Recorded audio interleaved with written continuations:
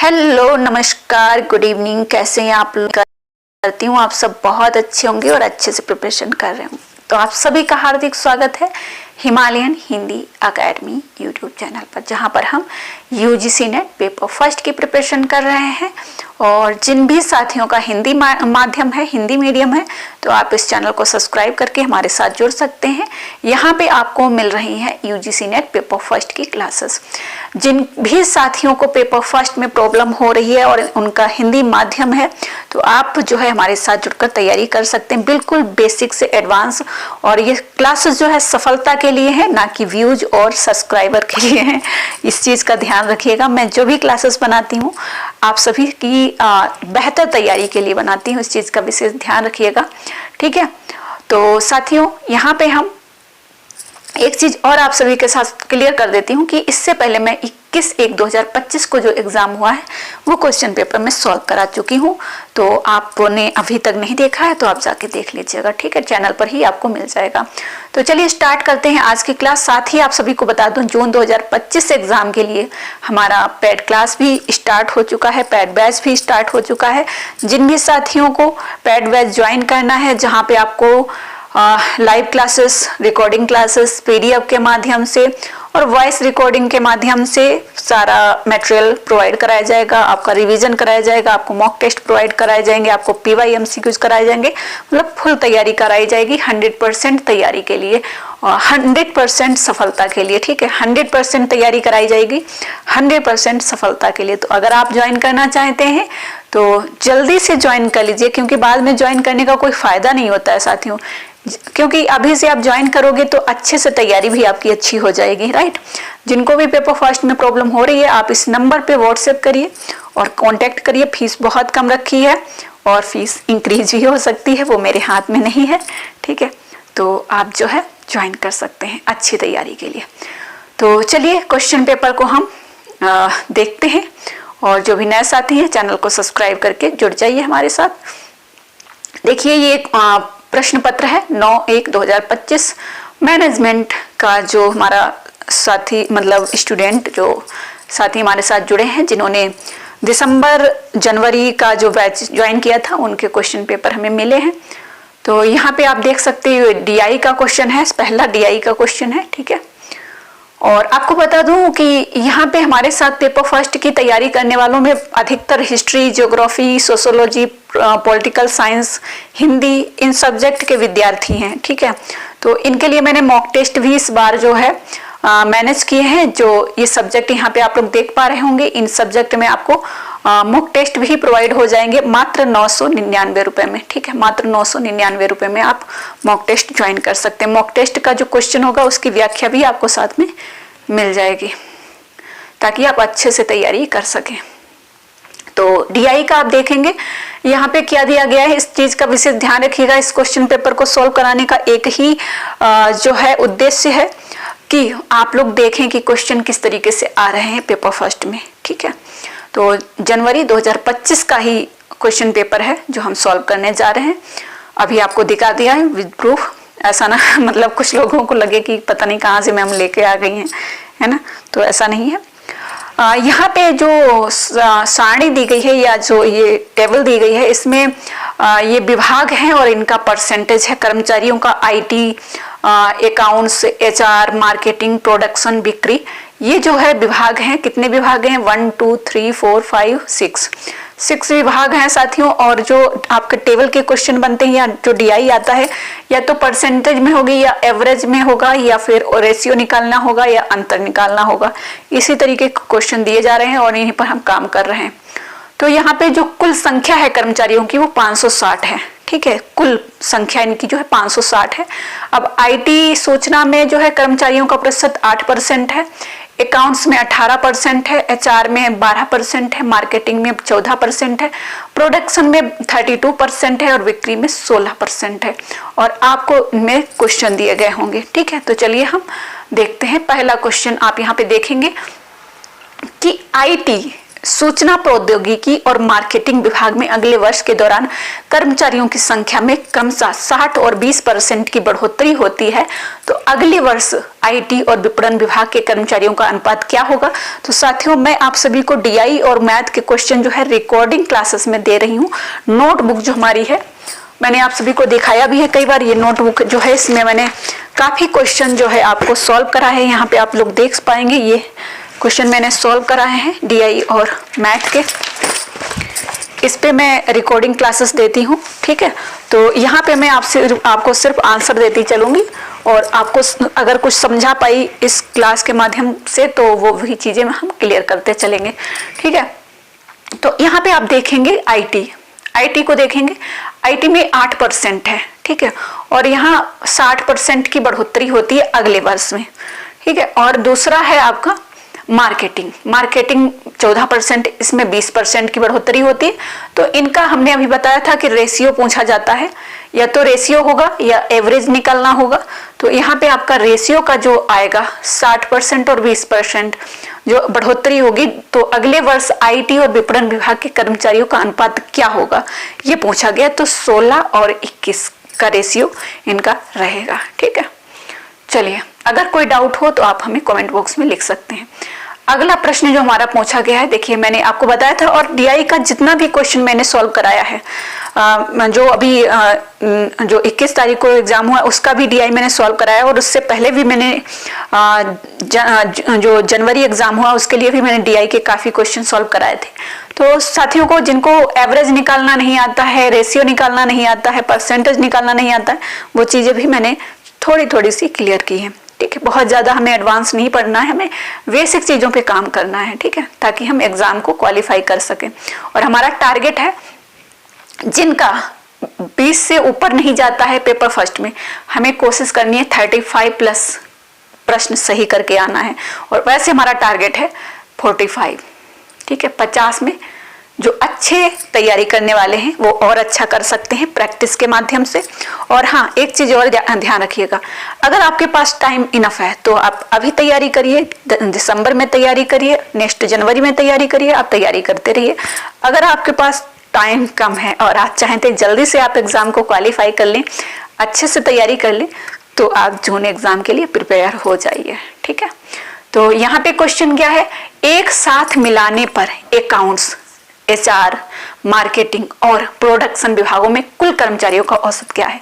तो आपको करना क्या है, ये जो कुल कर्मचारी यहाँ पे आप इसको पढ़ेंगे तो ये सभी मिला के इनकी संख्या 560 है, ठीक है, 560 संख्या है। अब यहाँ पे कर्मचारियों का प्रतिशत विवरण, ठीक है, कि ये कुल है 560, और यहाँ दिया गया है कि आपका अकाउंट्स का 18%, ठीक है, और एचआर का 12%, मार्केटिंग का 14%, ठीक है, और प्रोडक्शन का 32%। इनकी संख्या निकालनी है, कितनी संख्या होगी, 1 2 3 4, 4 का योग करना होगा, ठीक है, इनका योग करना होगा, जो संख्या आएगी उसका योग करना होगा, प्लस संख्याएं कितनी है, राशि कितनी है, 4 है, उनका भाग कर देना है, डिवाइड कर देना, जो राशि आएगी वो आपका आंसर आ जाएगा, ठीक है। तो आपका आंसर यहाँ पे क्या होगा, ये हमें देखना है, ये हमें यहाँ पे देखना है कि हमारा आंसर क्या होगा।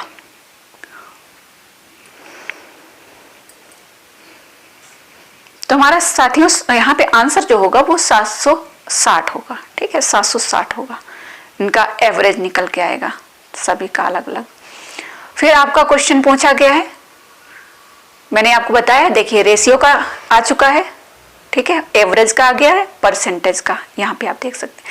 एचआर विभाग के कर्मचारियों की संख्या प्रोडक्शन विभाग के कर्मचारियों से कितना कम है, ठीक है। एचआर विभाग के कर्मचारियों की संख्या प्रोडक्शन विभाग के कर्मचारियों से कितना कम है परसेंटेज में, ये आपको बताना है। तो यहाँ पे हमारा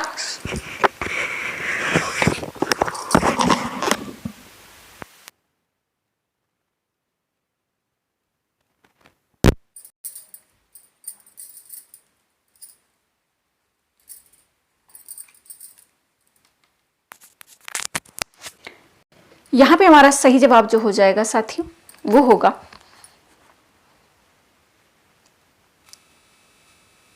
62%। ठीक है, कम है। चलिए अगला देखिए, अगला प्रश्न क्या है।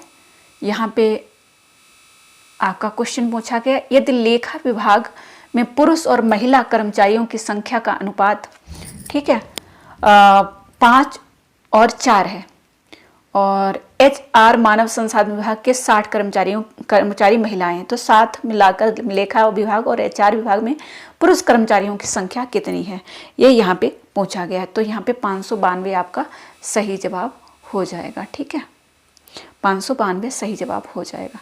चलिए आगे बढ़ते हैं। अगला प्रश्न आप देखेंगे कि यदि अगले वर्ष के दौरान बिक्री विभाग के कर्मचारियों की संख्या में 25% की वृद्धि होती है तो उस विभाग में अगले वर्ष के दौरान कर्मचारियों की संख्या कितनी होगी। तो यहाँ पे आपका 800 हो जाएगा सही जवाब। ठीक है, चलिए अब यहाँ से हमारा शुरू होता है क्वेश्चन। ठीक है, निम्न को कालक्रमानुसार लिखें। तो यहाँ पे आप जब देखेंगे कालक्रमानुसार तो इसमें आपको क्या सही आंसर लग रहा है। इसमें सबसे पहले आएगी पहली बोलती film Alam Ara, C option, तो ये आपका कट हो गया। ठीक है, फिर आपका आएगा फिल्म डिवीजन की स्थापना। ठीक है जी, सॉरी, इसमें आपका जो है पहले आएगा पहली बोलती फिल्म आलम आरा, फिर रेडियो प्रसारण का नाम बदलकर ऑल इंडिया रेडियो हो गया और फिर आपका जो ऑल इंडिया रेडियो की विदेशी सेवा का प्रारंभ हुआ और फिर जो है फिल्म डिवीजन की स्थापना हुई है। तो बी ऑप्शन सबसे बाद में आएगा, इसलिए A option is right answer होगा। अगला प्रश्न आप देखेंगे, यहाँ पे ये इन्वायरमेंट से क्वेश्चन पूछा गया और ये क्वेश्चन मैंने आप सभी को कराया था जनवरी एग्जाम जो हो रहे थे तब मैंने इसको लाइव पढ़ाया था किसी क्लास में। ज्ञात कैंसर जनक है, निम्नलिखित में से कौन से ज्ञात कैंसर जनक हैं। ठीक है, तो इसमें निकल, कैडमियम, बेंजीन। ठीक है, यहाँ पे आपका सही जवाब जो होगा 4 ऑप्शन होगा। ठीक है, ओजोन जो है ये कैंसर जनक नहीं है, ये दिया गया है और निकल, cadmium, benzene, ABC is right answer. अब यहाँ पे ये क्वेश्चन देखिए, ये क्वेश्चन आप देखेंगे इसको arrange the following step for the inference method of learning. सीखने के लिए आप इनको क्रम से कैसे यूज करेंगे। तो सबसे पहले आप क्या करेंगे, प्रस्तावना बनाएंगे, उद्देश्य बनाएंगे। राइट, सबसे पहले प्रोपोजिशन। ठीक है, प्रोपोजिशन, कारण किस लिए, भाई अपनी उन्नति करनी है, हमें अपना स्तर अच्छा करना है, कारण ये है, तो बी ऑप्शन। और फिर आप एग्जाम्पल दे रहे हैं और फिर आप एप्लीकेशन, उद्देश्य और फिर कंक्लूजन, निष्कर्ष निकलता है। ठीक है, तो second option is right answer हो जाएगा। यदि आपको क्लास पसंद आए तो प्लीज़ लाइक शेयर जरूर कर दीजिएगा। अगला प्रश्न यहाँ पे आप देखेंगे, गढ़ और विभेदन के अनुसार बेहतर परिभाषा बनाने के लिए किससे बचना चाहिए। किससे बचना चाहिए, तो यहाँ पे हमारा जो सही जवाब होगा साथियों, ये जो दिया गया है इसमें आपका एक तो यहाँ पे जो सही जवाब होगा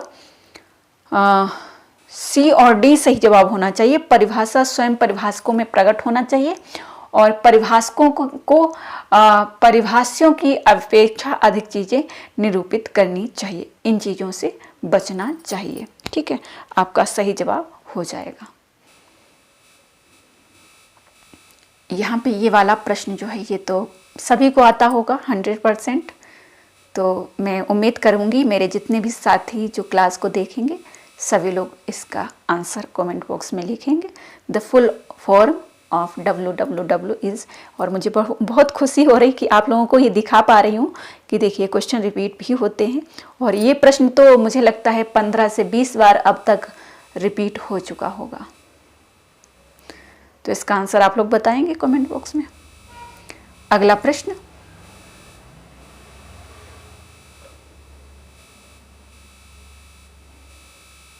यहाँ पे है, चार्ल्स सैंडर्स पियर्स ने चिन्हों को किन श्रेणियों में वर्गीकृत किया है। तो यहाँ पर BCE आपका सही जवाब होगा, संकेतक, ठीक है, आइकन और प्रतीक। सही जवाब होगा। अगला प्रश्न देखिए, ये भी मैंने आपको पढ़ाया है और बहुत अच्छे से पढ़ाया था, 100% रटाया था आप सभी को। बताइएगा जिन जिन ने हमारे साथ क्लास की है जनवरी में, दिसंबर में, तो वो लोग बताइएगा कि ये क्वेश्चन मैंने पढ़ाया था कि नहीं पढ़ाया था। मैंने पता नहीं कितनी बार, जिन्होंने हमारा बैच ज्वाइन किया था उनको तो मैंने एकदम से रटा दिया था, ये जो आपका सतत विकास और जो सहस्त्राब्दी विकास। ठीक है, तो मिलेनियम डेवलपमेंट गोल कौन नहीं है? Not a. ठीक है, नहीं है। तो मिलेनियम कितने हैं, कितने गोल हैं मिलेनियम? 8 हैं, राइट, 8 हैं। और सस्टेनेबल कितने हैं? 17 हैं। ठीक है, तो 8 तो मैंने एकदम से रटा दिए थे। ये देखिए आपका शिक्षा और भूखमरी, ठीक है, रिड्यूस चाइल्ड मोर्टालिटी, तो ये बाल मृत्यु दर, ये भी है। फिर इंश्योर इन्वायरमेंट भी है, तो आपका ये भी हो गया। लेकिन क्लाइमेट एक्शन जो है ये आपका SDG में जाएगा, सस्टेनेबल में जाएगा। ठीक है, ये नहीं है। तो हमारा सही जवाब third option is right answer हो जाएगा। अगला प्रश्न यहाँ पे आपका जो दिया गया है वो क्या है? मानवों से संबंधित एक शोध परियोजना में निम्नलिखित में से कौन से नैतिक सिद्धांतों का अनुपालन आवश्यक है? तो आवश्यक है, ये ध्यान रखिएगा। सी क्या होगा? प्रतिभागियों के साथ अशिष्ट व्यवहार कभी कभी तर्कसंगत होता है, तो सी तो नहीं होगा। जिसमें सी है उसको काट दीजिए। कुछ अनिच्छुक प्रतिभागियों को सम्मिलित किया जा सकता है? नहीं किया जा सकता है, डी को भी काट दीजिए। आंसर आपका आपके सामने है, ए और बी। सभी प्रतिभागी अपनी सूचित सहमति प्रदान करें और सभी प्रतिभागियों के पास प्रयोग के बारे में पर्याप्त सूचना होनी चाहिए। अगला प्रश्न यहाँ पे,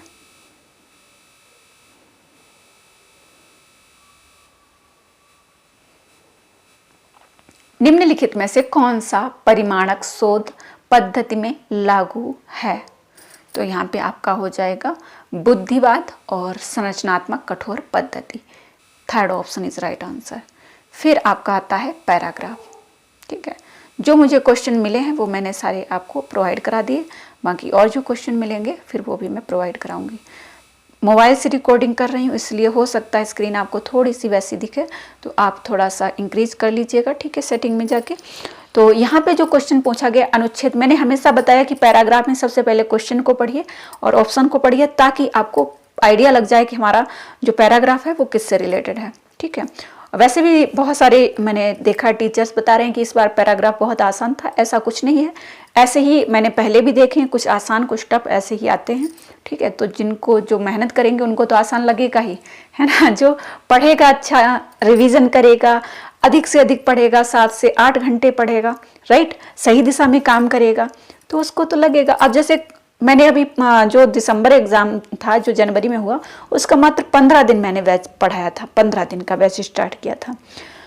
वो भी आप लोगों के कहने पर ही। बहुत सारे साथी ज्वाइन करना चाहते थे कि मैम इतना कम टाइम है तो हमें प्राइवेट क्लासेस प्रोवाइड करा दो, आप सही अच्छा पढ़ा रही हो, सही मटेरियल प्रोवाइड करा रही हो। तो मैंने एक पढ़ाया था और उसमें से बहुत सारे क्वेश्चन रिपीट हुए, बहुत सारे क्वेश्चन रिपीट हुए। तो उस टॉपिक पर, उस मटेरियल पर काम करो जहाँ से क्वेश्चन रिपीट होते हैं, है ना। तो यहाँ देखिए, अनुच्छेद के अनुसार भूकंप के दौरान किस कारण से भवन दृश्य सीमा से बाहर हो सकते हैं, डूब सकते हैं। तो डूब जाते हैं कहाँ पे आपको दिख रहा है? आप जब पढ़ेंगे तो डूब जाते हैं दिख रहा है आप सभी को। यहाँ पे आप देखेंगे डूब जाते हैं। क्यों डूब जाते हैं? यहाँ पे आप जब देखेंगे आपको दिखेगा, जल संतृप्त मिट्टी हिलाए जाने पर तरलीकृत हो सकती है। ऐसी परिस्थितियों में भवन कई बार डूब जाते हैं, जल संतृप्त मिट्टी हिलाए जाने पर। तो थर्ड ऑप्शन आपका सही जवाब हो जाएगा। जल संतृप्त मिट्टी के हिलने, विडोलन से भूकंप जब आता है तो भवन जो है दृश्य सीमा से बाहर हो सकते हैं, डूब सकते हैं। यहाँ पे हमारा सही जवाब होगा। अगला आप क्वेश्चन देखेंगे, क्या दिया गया है? भ्रंश के किनारे सन्ने सन्ने और सुगम संचलन को क्या माना जाता है? अब जिन साथियों को सन्ने सन्ने नहीं पता होगा वो आंसर क्या देंगे? सन्ने सन्ने का मतलब होता है धीरे धीरे। ठीक है, तो अब आप यहाँ पे आप देखेंगे, जब आप इस पैराग्राफ को पढ़ेंगे तो आपको कहीं पे दिखेगा धीरे धीरे। ठीक है, धीरे धीरे। ठीक है, भ्रंश के किनारे। ठीक है, भ्रंश के किनारे, भ्रंशों के किनारे सन्ने सन्ने और सुगम संचलन को क्या माना जाता है? तो ये क्या माना जाता है, अब इसको पढ़ेंगे आप।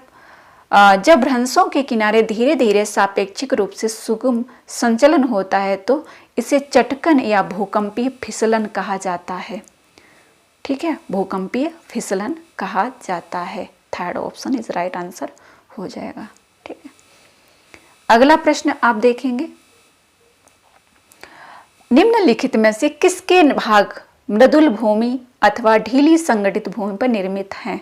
किसके भाग? यहाँ पे ऑप्शन आप देखेंगे, कोबे जापान और मैक्सिको शहर, इंडोनेशिया और पाकिस्तान, पाकिस्तान इंडोनेशिया। तो जब आप इस पैराग्राफ को, मैंने एक भी आंसर की में नहीं देखा है ये क्वेश्चन। ठीक है, पैराग्राफ का मैंने आंसर की में नहीं देखा है, मैं आपको डायरेक्ट बता रही हूँ, आप आंसर की से चेक कर लीजिएगा। ठीक है, तो जब हम देखते हैं कि मृदुल भूमि, मृदुल भूमि अथवा ढीली संगठित भूमि पर निर्मित होता है, तो कौन है आप देखेंगे, किसको देखेंगे? मृदुल भूमि अथवा ढीले रूप से संगठित भूमि पर मिट्टी पर निर्मित हैं, Kobe Japan, Mexico city. First option is right answer.